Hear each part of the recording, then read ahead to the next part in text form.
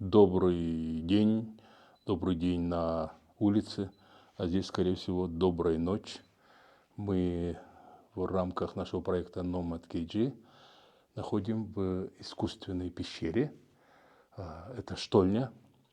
Штольня, насколько мне известно, тут в военные годы добывали свинец для нужд фронта. Штольня очень интересная, очень длинная, кстати. Я думаю, не менее 500 метров. Тут основной вот этот вот рукав и дополнительные такие ответвления, их несколько.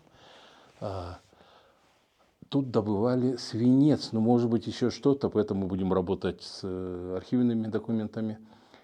Еще интересно штольня тем, что тут есть живность в виде летучих мышей. Какой вид мы пока не знаем, будем приглашать ученых из Академии наук. Кроме того, тут есть лягушки и горные полевки мыши. То есть пещера такая довольно жилая или обжитая. И очень интересно, что тут расстояние такое, будем говорить, очень короткое расстояние от города Талас. То есть это тоже один из объектов или одна из локаций для туризма.